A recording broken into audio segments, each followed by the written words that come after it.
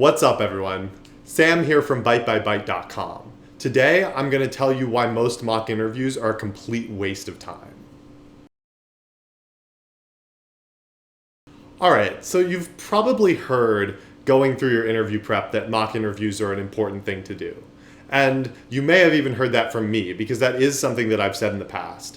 But recently, as I've been working with more and more clients, I've realized that mock interviews in the traditional sense are not actually a very valuable thing. And the real problem is not that mock interviews themselves are not a valuable thing to do ever, but it's that people treat them as something that is way more valuable than it actually is. So I want to talk about what a mock interview really is. And what a mock interview really is it's just a tool. A mock interview is a tool to evaluate where you are currently at in your interview prep. It tells you you did well on this, you didn't do well on this in this one particular context, and then it also gives you some practice actually going through the motions of doing an interview.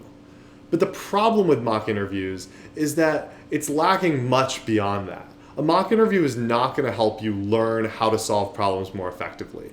It's not going to help you learn what are your recurring mistakes so that you can improve over time. And these are problems and a reason why I think just doing standard mock interviews, for example, doing a mock interview with some Google engineer, is not all it's cracked up to be.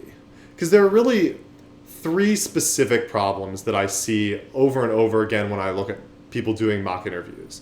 And the first one is just that the person interviewing you is not necessarily a trained interview coach. And while they're good at evaluating someone's ability to interview successfully, that doesn't mean they have any clue what they're talking about when it comes to actually giving you advice for how to improve.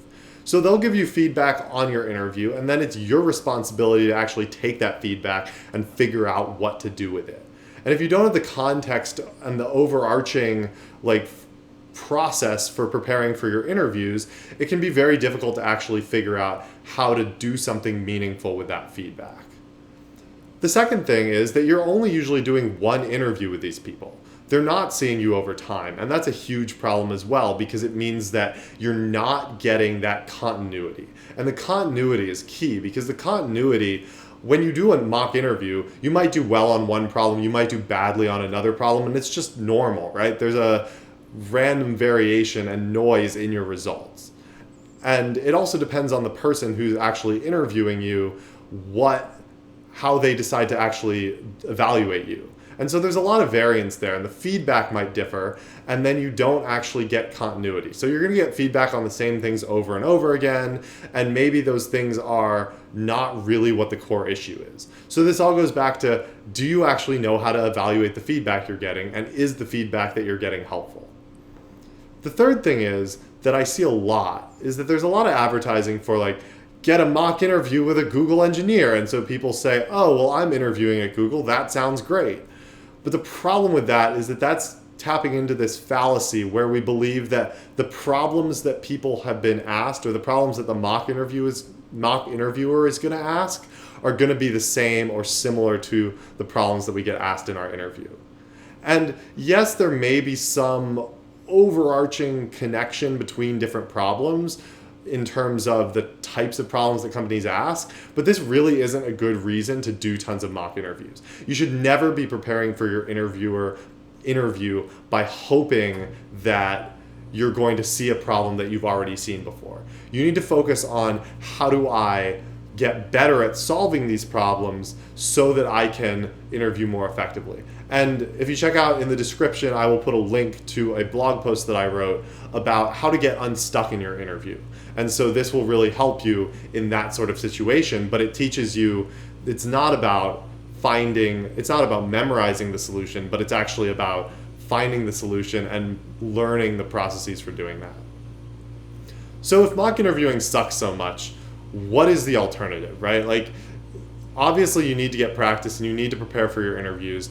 And I just want to tell you guys a little bit about the way that I do things. And this is something that you can work on with your friends, or if you have a coworker, they can help you with it too. But I do also recommend working with an experienced coach, because an experienced coach will have a good understanding of the arc of what needs to go into an interview. And so there are really three things that I focus on when I am helping people prepare for interviews and when I'm doing mock interviews with them. So the first thing I do is I actually don't just do mock interviews the straight through. And so it's not the same as doing an actual interview, although it's kind of similar. I'll stop people going throughout and I'll help make course corrections as we go. And what this does is this allows people to understand in the moment what are they doing wrong and get that feeling under their belt of what it feels like to do things correctly. And by stopping and course correcting, and I hate telling people the answer, so I never do that. I help guide people to the solution, but by doing that, people have a much better understanding of where they're going wrong throughout the interview. The second thing that I do is that I help them understand these underlying problems. So I work with people, I don't do single mock interviews. So if you were thinking of doing that, go somewhere else, because that's not something that I do, because that's just not helpful to people. What I do is I work with people over the course of multiple weeks. I see the problems that come up repeatedly, and by working closely with them, we can actually develop systems to help them to solve problems more effectively and to stop making the same mistakes that they keep making.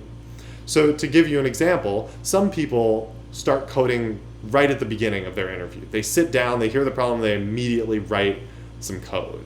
And that's a terrible way to approach things because that makes it much, much harder to really conceptualize the problem. And this is a great thing that when I see it, I can just stop people and correct it. And then by doing this repeatedly, by working through this and getting practice, people get much better at actually fixing these problems as they come up. And by working with people over the period of multiple weeks, I'm able to identify these and develop systems. And that's the last thing. The last thing is to develop systems to actually approach these problems. Let's say you're a JavaScript developer and the way that you learned JavaScript was that semicolons at the end of lines are sort of optional, which, the language will run if you don't have the semicolons, but it's still proper to have the semicolons. And I've seen this before where people will just write code and they just don't think about it. They don't put the semicolons in. And that, to me, as the interviewer, reflects really bad. That makes me think that this person is inexperienced and that they've not worked a development job before. So what can we do? We can develop a really simple system for this. All you have to do is make a checklist that says, once I'm done writing the code, go through line by line and make sure that every line has a semicolon. It's not hard, but you wouldn't even know to do that unless you identified the problem in the first place. So at the end of the day, really the difference between doing regular mock interviews and what I do is that I really help people work through the problems and I help people understand at a deeper level. I use mock interviews as a component of coaching rather than as a standalone tool, and that makes it much, much more effective for my students. And my students have seen the results. I've had people get jobs at Amazon and Bloomberg and Uber, eBay, et cetera, et cetera. And the results really speak for themselves. So if you're interested in doing coaching, I do offer coaching, which you can check out the link in the description as well. And it's bytebybyte.com/coaching. And I also encourage you to try these techniques on your own. You don't have to work with a coach to make this more effective. You just need to have someone who has a little bit of experience with the interview process and can help you work through it. So I hope you guys enjoyed this video. If you did, please click the subscribe button below. And as I said last week, if you have not gotten my free ebook yet, I have a free ebook on dynamic programming at dynamicprogrammingbook.com. And I look forward to talking to you guys again soon.